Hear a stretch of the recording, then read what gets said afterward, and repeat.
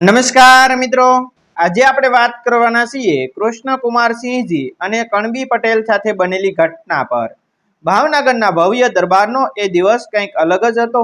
સવારથી જ મહેલના પ્રાંગણમાં અસામાન્ય ગતિ જોવા મળતી હતી। રાજમહેલના ઊંચા કંગુરાઓ પર બેસેલા પંખીઓ પણ જાણે કોઈ અજાણી ઘટનાની રાહ જોઈ રહ્યા હોય એમ શાંત થઈ ગયા હતા। અને દરબાર ખંડની અંદર તો અહંકાર, ગૌરવ અને રાજાશાહી તાકાતનો એવો માહોલ છવાયો હતો કે સામાન્ય માણસ ત્યાં પગ મૂકે તે પહેલા જ તેનો આત્મવિશ્વાસ ધ્રુજી જાય। સુવર્ણ થાંભલાઓ વચ્ચે ગાદી પર બિરાજમાન હતા કૃષ્ણકુમારસિંહજી, જેમના ચહેરા પર રાજાશાહી ગર્વની ઝલક સ્પષ્ટ દેખાતી હતી। અને સામે લાઈનમાં ઉભેલા દરબારીઓ પોતપોતાના સ્થાન અને પ્રભાવ બતાવવા માટે અંદરથી ઝઝૂમી રહ્યા હતા, કારણ કે એ દરબારમાં માત્ર ન્યાય જ નહોતો થતો, ત્યાં અહંકાર પણ જીવતો હતો અને જેને રાજાનો સહારો હોય તેને જ સત્ય કહેવાતું હતું। એ જ સમયે દરબારના મુખ્ય દ્વાર પાસે એક સામાન્ય દેખાવનો માણસ ઊભો રહ્યો। માટીથી મેલાયેલા કપડાં, પગમાં જૂના સંપલ, ચહેરા પર સૂર્યના તાપથી કાળી પડી ગયેલી ચામડી, પણ આંખોમાં કંઈક એવું હતું જે દરબારના મોટા મોટા દરબારીઓ પાસે પણ નહોતું। એ હતો એક કણબી પટેલ, ગામડાનો સીધો સાદો માણસ, પણ અંદરથી આગ જેવો દ્રઢ। દરબારના સિપાહીઓએ તેને અટકાવ્યો। તેની હાલત જોઈને એકબીજાને હસતા કહ્યું કે આવો માણસ રાજાના દરબારમાં શું કામ? પણ એ પટેલનો ચહેરો એક પળ માટે પણ ન હસકાયો। તેણે ધીમે પણ દ્રઢ અવાજમાં કહ્યું કે મારે રાજા સમક્ષ જવું છે, આજે સત્ય બોલવાનું છે। તેની આ નિર્ભયતા જોઈને સિપાહીઓ થોડા અસંભામાં પડી ગયા, પણ અંતે તેની વાત દરબાર સુધી પહોંચીને આજ્ઞા મળી કે તેને અંદર લાવો। જેમ જ તે દરબારમાં પ્રવેશ્યો, બધા દરબારીઓની નજરો તેની ઉપર જ સ્થિર થઈ ગઈ। કોઈ હસી રહ્યા હતા, કોઈ તિરસ્કારથી જોઈ રહ્યા હતા, તો કોઈને ગુસ્સો આવી રહ્યો હતો કે આટલો સામાન્ય માણસ દરબારમાં આવવાની હિંમત કેવી રીતે કરી શકે। અને એ જ સમયે રાજાએ ગાદી પરથી નજર ઊંચી કરી અને તેની તરફ જોયું। એક ક્ષણ માટે આખો દરબાર શાંત થઈ ગયો। રાજાના ચહેરા પર એક અજાણ્યો સ્મિત હતો, પણ એ સ્મિત પાછળ અહંકાર છુપાયેલો હતો। તેમણે ધીમા પણ ભારે અવાજમાં પૂછ્યું, કોણ છે તું અને શું માંગે છે દરબારમાં? એ પ્રશ્નમાં જેવી તાકાત હતી કે સામાન્ય માણસ તો ત્યાં જ થરથરી જાય, પણ આ કણબી પટેલ એક પગ આગળ વધ્યો અને સૌની સામે ઊભો રહીને બોલ્યો, હું કંઈ માંગવા આવ્યો નથી રાજા, હું સત્ય બતાવવા આવ્યો છું। આ શબ્દ સાંભળતા દરબારમાં ખળભળાટ મચી ગયો। એક સામાન્ય ખેડૂત રાજાને સીધું પડકાર આપે, એ વાત કોઈને સહન થઈ નહોતી। કેટલાક દરબારીઓએ ગુસ્સામાં રાજાને કહ્યું કે મહારાજ, આની હિંમત જુઓ, આને તરત જ સજા આપવી જોઈએ। પણ રાજાએ હાથ ઊંચો કરી સૌને શાંત કર્યા, કારણ કે તેમને આ માણસમાં કંઈક અલગ જ દેખાતું હતું। તેમણે આંખો સંકોચીને પૂછ્યું, સત્ય? કયું સત્ય બતાવવાનો દાવો કરે છે તું? હવે આખા દરબારની નજર એ પટેલ પર જ હતી। એક પળ માટે પણ જો એ ડગમગી જાય તો એની હિંમતનો અંત આવી જાય, પણ એ પટેલના ચહેરા પર કોઈ ડર નહોતો। તેણે એક ઊંડો શ્વાસ લીધો અને બોલ્યો, મહારાજ, આ દરબારમાં જે ન્યાય થાય છે એ સાચો નથી। અહીં ગરીબીનો અવાજ દબાઈ જાય છે અને સત્યને પૈસાથી ખરીદી લેવામાં આવે છે। આ શબ્દો જાણે વીજળી સમા પડ્યા। દરબારમાં બેઠેલા મોટા મોટા દરબારીઓના ચહેરા પર ગુસ્સો છલકાયો। કોઈ ઊભા થઈ ગયા, કોઈએ તેને ધમકી આપી, એને બહાર કાઢો, આવો અપમાન સહન ન કરવું જોઈએ। અવાજો ગુંજી ઉઠ્યા, પણ એ વચ્ચે રાજા શાંત બેઠા રહ્યા। તેમની આંખોમાં હવે ગુસ્સો પણ હતો અને રસ પણ। તેમણે ફરી ધીમે પણ કડક અવાજમાં કહ્યું, તને ખબર છે તું કોની સામે ઊભો છે? આ શબ્દની સજા શું હોઈ શકે? આ વખતે વાતમાં સ્પષ્ટ ધમકી હતી। આખો દરબાર જાણે શ્વાસ રોકીને ઊભો હતો। હવે આ કણબી પટેલ શું જવાબ આપે એ જ બધાને જોવું હતું। અને ત્યારે પટેલ એક પગ આગળ વધ્યો। તેણે રાજાની આંખોમાં આંખ નાખીને કહ્યું, આ મહારાજ, મને ખબર છે, પણ સત્ય કહેવા માટે જાન જાય તો પણ ચાલે, પણ ખોટા સામે માથું ન ઝૂકે। એ શબ્દમાં એવી આગ હતી કે એક પળ માટે દરબારના દિવાલો પણ ધ્રુજી ગયા હોય એવું લાગતું હતું। કોઈએ ક્યારેય રાજા સામે આવી રીતે બોલવાની હિંમત નહોતી કરી। આ સાંભળતા જ રાજાના ચહેરા પરનો સ્મિત ગાયબ થઈ ગયો। હવે ત્યાં માત્ર અહંકાર અને ગુસ્સો જ દેખાતો હતો। તેમણે ગાદી પરથી થોડું આગળ વળીને કહ્યું કે બરાબર, જો તું એટલો જ સત્યનો દાવો કરે છે તો સાબિત કર, નહીં તો આ દરબાર તને એવી સજા આપશે કે તારી હિંમતની વાત લોકો ભૂલી જશે। આ પડકાર સાથે આખો દરબાર ગુંજી ઉઠ્યો। હવે રમત શરૂ થઈ હતી. એક તરફ રાજાશાહી અહંકાર અને બીજી તરફ એક સામાન્ય કણબી પટેલની અડગ હિંમત.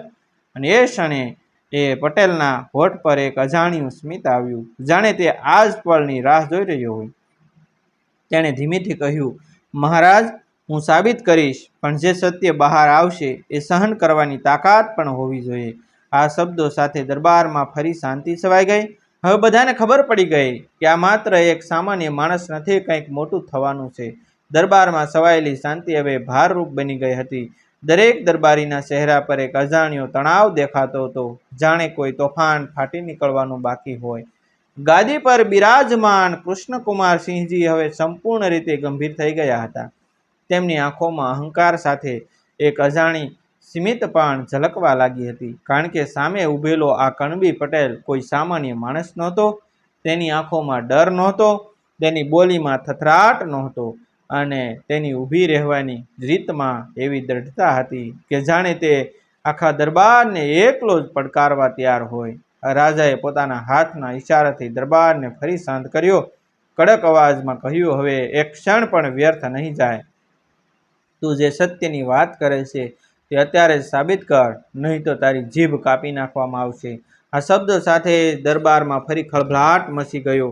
દરબારીઓના ચહેરા પર ક્રૂર સ્મિત ફેલાઈ ગયું, જાણે તેઓ આ કણબી પટેલના અપમાનની રાહ જોઈ રહ્યા હોય. પણ એ પટેલ શાંત રહ્યો. તેણે પોતાની કમર પાસે બાંધેલી એક જૂની થેલી ખોલી. એ થેલીમાં કંઈક હતું જેની એક ઝલક જ સમગ્ર દરબારનું ધ્યાન ખેંચવા માટે પૂરતી હતી. તેણે ધીમેથી તે વસ્તુ બહાર કાઢી. એ કાગળ, પણ એ સામાન્ય કાગળ નહોતો. એની પર રાજમુદ્રા હતી, અને એ જોઈને દરબારના ઘણા દરબારીઓના ચહેરા પર રંગ ઉડી ગયો. પટેલે એ કાગળ રાજાની સામે ઊંચો કર્યો અને દ્રઢ અવાજમાં કહ્યું કે મહારાજ, આ છે એ સત્ય, આ છે પુરાવો કે તમારા દરબારમાં ન્યાય વેચાઈ રહ્યો છે. એક પળ માટે તો રાજા પણ ચોંકી ગયા. તેમણે તરત જ સિપાહીઓને આદેશ આપ્યો, કાગળ તેમના હાથમાં પહોંચાડવામાં આવે. જેમ જ તે કાગળ રાજાના હાથમાં આવ્યો, તેમણે તે ધ્યાનથી વાંચવાનું શરૂ કર્યું, અને જેમ જેમ તેઓ વાંચતા ગયા તેમ તેમ તેમના ચહેરાનો રંગ બદલાતો ગયો. દરબારમાં ઉભેલા લોકોમાં હવે ઉત્સુકતા વધી ગઈ. આમાં શું છે? એ શું લખેલું છે? ગુંજવા લાગ્યું, પણ કોઈને કંઈ સમજાતું નહોતું. અને એ સમયે પટેલે ફરી એક પગ આગળ વધીને કહ્યું કે મહારાજ, આ કાગળમાં તમારા દરબારના એક મોટા દરબારીનું નામ છે, જેને પૈસા લઈને ગરીબોના કેસને દબાવી દીધા છે, અને એ જ વ્યક્તિ આજે પણ આ દરબારમાં ગર્વથી બેઠો છે. આ સાંભળતા જ દરબારમાં વીજળી સામો ધડાકો થયો. બધા લોકો એકબીજાની તરફ જોવા લાગ્યા. હવે દરેકના મનમાં એક જ પ્રશ્ન હતો, એ છે કોણ? રાજાએ કાગળને મજબૂતીથી પકડીને ઊંચા અવાજમાં કહ્યું, જેનો પણ આમાં ઉલ્લેખ છે તે તરત આગળ આવે. એક પળ માટે તો કોઈ હલ્યું જ નહીં. દરબારની હવામાં જાણે બરફ પડી ગયો હોય. પણ પછી ધીમે ધીમે એક માણસ ઊભો થયો, રાજાશાહી વસ્ત્રોમાં સજ્જ, ગર્વથી ચાલતો અને આંખોમાં અહંકાર ભરેલો એ હતો. દરબારનો એક મુખ્ય દરબારી, જે વર્ષોથી રાજાના નજીક હતો. જેમ જ તે આગળ આવ્યો, તેની આંખોમાં એક ક્ષણ માટે ડર ઝલક્યો, પણ તરત જ તેણે પોતાનો સ્વર ઊંચો કરીને કહ્યું કે મહારાજ, આ બધું ખોટું છે. આ એક ગરીબ માણસની બનાવટી વાત છે. મારી પ્રતિષ્ઠાને ખરાબ કરવા માટે આ કાવતરું રચાયું છે. દરબાર ફરી ગૂંજી ઉઠ્યો. કેટલાક લોકો તેની વાતને સમર્થન આપતા હતા, તો કેટલાક હવે શંકામાં પડી ગયા હતા. પણ એ કણબી પટેલ હસ્યો. એ હાસ્યમાં કોઈ ભય નહોતો, માત્ર આત્મવિશ્વાસ હતો. તેણે ધીમેથી કહ્યું કે મહારાજ, જો આ બધું ખોટું છે, તો પછી આ કાગળ પર તમારી જ મુદ્રા કેવી રીતે આવી, અને એમાં લખેલા હુકમો તમારા દરબારમાંથી કેવી રીતે બહાર આવ્યા? આ પ્રશ્ન સાંભળતા જ તે દરબારીના ચહેરા પરથી ગર્વ ગાયબ થઈ ગયો. હવે ત્યાં માત્ર ગભરાટ જ દેખાતો હતો. રાજાએ કડક નજરે તેની તરફ જોયું અને કહ્યું કે જવાબ આપ, આ શું છે? તે દરબારી થથરવા લાગ્યો. શબ્દો તેની જીભ પર અટવાઈ ગયા, અને આખો દરબાર હવે તેની તરફ જોઈ રહ્યો હતો. અને એ જ સમયે એ પટેલે અંતિમ ઘા કર્યો. તેણે પોતાની થેલીમાંથી એક વધુ વસ્તુ બહાર કાઢી, એક નાનું પોટલું, અને પોટલું ખોલતા જ તેમાંથી સોનાના સિક્કાઓ ઝળહળી ઉઠ્યા. મહારાજ, પટેલનો અવાજ હવે ગુંજી ઉઠ્યો, આ છે લાંચ જે આ દરબારીએ ગરીબોના ન્યાયને વેચવા માટે લીધી હતી. આ મુદ્રા જોઈને આખો દરબાર સ્તબ્ધ થઈ ગયો. હવે કોઈ પાસે શબ્દો નહોતા. રાજાના ચહેરા પર ગુસ્સાનો જ્વાળામુખી ફાટી નીકળ્યો.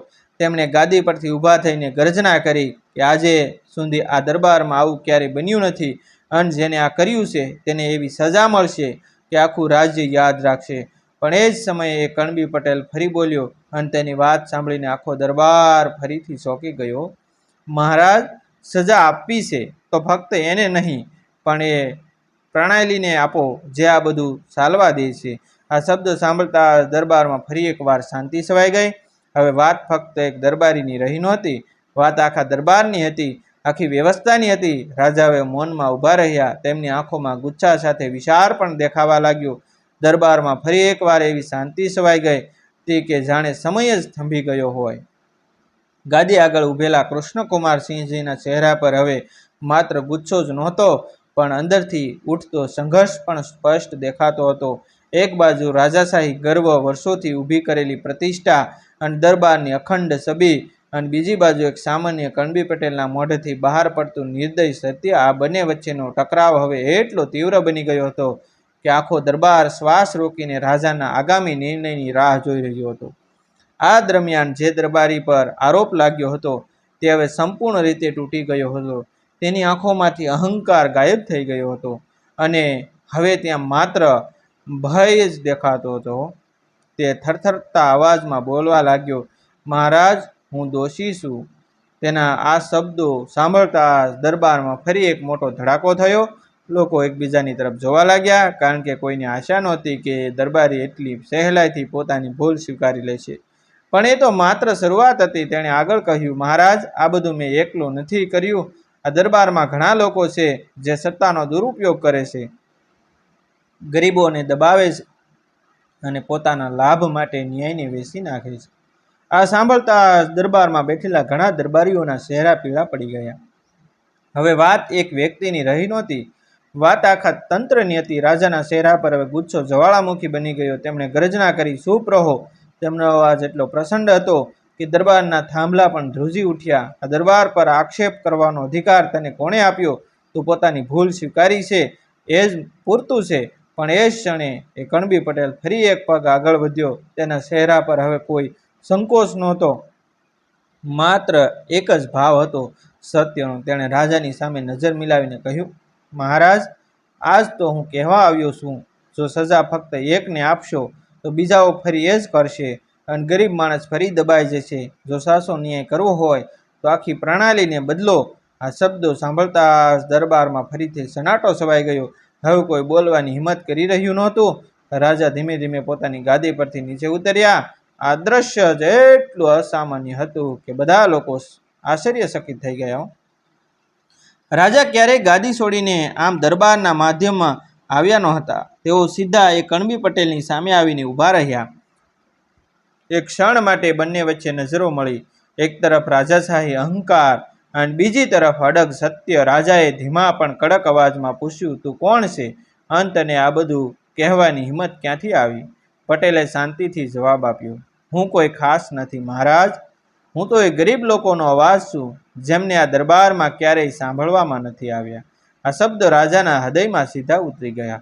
એક ક્ષણ માટે તેમની આંખોમાં વિચારોની લહેર દોડતી જોવા મળી, જાણે તેઓ પોતાના અંતરમાં કંઈક શોધી રહ્યા હોય. અને એ જ સમયે એક વૃદ્ધ દરબારી ધીમે ધીમે ઊભા થયા. તે વર્ષોથી રાજાના સૌથી વિશ્વાસુ માણસોમાંનો એક હતો. તેણે કાંપતા અવાજમાં કહ્યું કે મહારાજ, કણબી પટેલ સાચું કહે છે. વર્ષોથી આ દરબારમાં કેટલીક ખામીઓ ઊભી થઈ ગઈ છે. અમે સૌએ તેને અવગણી છે. આ વાત સાંભળતા દરબારમાં બેઠેલા ઘણા લોકોની આંખો નીચે ઝૂકી ગઈ. હવે કોઈ પાસે પોતાના બચાવ માટે શબ્દો નહોતા. રાજા હવે સંપૂર્ણ રીતે મૌનમાં ડૂબી ગયા હતા. તેમણે આંખો બંધ કરી અને થોડા ક્ષણ માટે કંઈ બોલ્યા જ નહીં. આખો દરબાર શાંત, કોઈ અવાજ નહીં, કોઈ માત્ર એક તીવ્ર પ્રતીક્ષા. અને પછી રાજાએ આંખો ખોલી. તેમની આંખોમાં પહેલાની જેમ અહંકાર નહોતો, ત્યાં કંઈક બદલાઈ ગયું હતું. પણ આ બદલાવ સાચો હતો કે માત્ર ક્ષણિક? શું રાજા સત્યને સ્વીકારીને ન્યાય કરશે કે પોતાની ગાદીને બચાવવા માટે કોઈ કઠોર નિર્ણય લેશે? અને આ કણબી પટેલની હિંમતનો અંત શું થશે? દરબારમાં ગાઢ શાંતિ છવાઈ ગઈ હતી. દરેક આંખ કૃષ્ણકુમારસિંહના હોઠ પર જ અટકી ગઈ હતી. એક શબ્દ શું બોલશે તે જ આખા રાજ્યનું ભવિષ્ય નક્કી કરી દેશે, એવી સ્થિતિ બની ગઈ હતી. રાજાએ ધીમે ધીમે નજર ઊંચી કરી. તેમની આંખોમાં હવે પહેલા જેવો અહંકાર નહોતો, પણ એક ભારે નિર્ણયનો ભાર સ્પષ્ટ દેખાતો હતો. અને એ ક્ષણે તેમણે ગર્જના કરતા અવાજમાં કહ્યું કે આજે આ દરબારમાં જે સત્ય બહાર આવ્યું છે એ ફક્ત એક માણસની ભૂલ નથી, એ આખી વ્યવસ્થાની ખામી છે અને આ ખામી માટે જવાબદાર હું પણ છું. આ શબ્દ સાંભળતા આખો દરબાર સ્તબ્ધ થઈ ગયો. કોઈએ કલ્પના પણ નહોતી કરી કે રાજા પોતાના પર આ રીતે આક્ષેપ લેશે. કેટલાક દરબારીઓના ચહેરા પર વિશ્વાસ ન થાય તેવો આશ્ચર્ય હતો, તો કેટલાકના મનમાં ભય ઘેરાઈ ગયો, કારણ કે હવે વાત ફક્ત એક વ્યક્તિની સજા સુધી મર્યાદિત રહી નહોતી. હવે આખી વ્યવસ્થાને હલાવી નાખવાનો સમય આવી ગયો હતો. રાજાએ હાથ ઊંચો કરીને સિપાહીઓને આદેશ આપ્યો, જે દરબારી દોષી સાબિત થયો છે તેને તરત જ કેદમાં નાખો અને તેની સંપત્તિ જપ્ત કરવામાં આવે, જેથી તે સંપત્તિ ગરીબોને પાછી આપી શકાય. સિપાહીઓએ તરત જ આગળ વધીને દરબારીને પકડી લીધો, જે થોડા સમય પહેલા સુધી ગર્વથી ચાલતો હતો તે હવે દયનીય હાલતમાં ખેંચાતો ગયો. દરબારમાં બેઠેલા દરેક માણસના મનમાં એક જ ભાવ હતો, ભય. પણ એ તો માત્ર શરૂઆત હતી. રાજાએ ફરી ગર્જના કરી, આજથી આ દરબારમાં એક નવો નિયમ લાગુ થશે. કોઈ પણ ગરીબ માણસની ફરિયાદ સીધી મારી સમક્ષ પહોંચશે, અને જો કોઈ દરબારી એ ફરિયાદને દબાવવાનો પ્રયાસ કરશે તો તેની સજા આથી પણ કઠોર થશે. આ નિર્ણય સાથે જ દરબારમાં જાણે ભૂકંપ આવી ગયો. વર્ષોથી ચાલતી પરંપરાઓ એક પળમાં તૂટી રહી હતી. પણ દરબારીઓના ચહેરા પર ગુસ્સો પણ હતો, કારણ કે હવે તેમની સત્તા ખસી રહી હતી, પણ કોઈ બોલવાની હિંમત કરી શકતું નહોતું. અને એ જ સમયે રાજાની નજર ફરી કણબી પટેલ પર ગઈ, જે હજુ પણ શાંતિથી ઊભો હતો.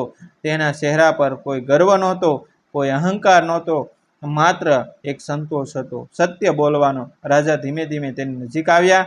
આખો દરબાર શ્વાસ રોકીને આ દ્રશ્ય જોઈ રહ્યો હતો. રાજાએ થોડા ક્ષણ સુધી તેને નિહાળ્યો અને પછી કહ્યું, તું જે કર્યું છે તે આ દરબારમાં કોઈએ ક્યારેય નથી કર્યું.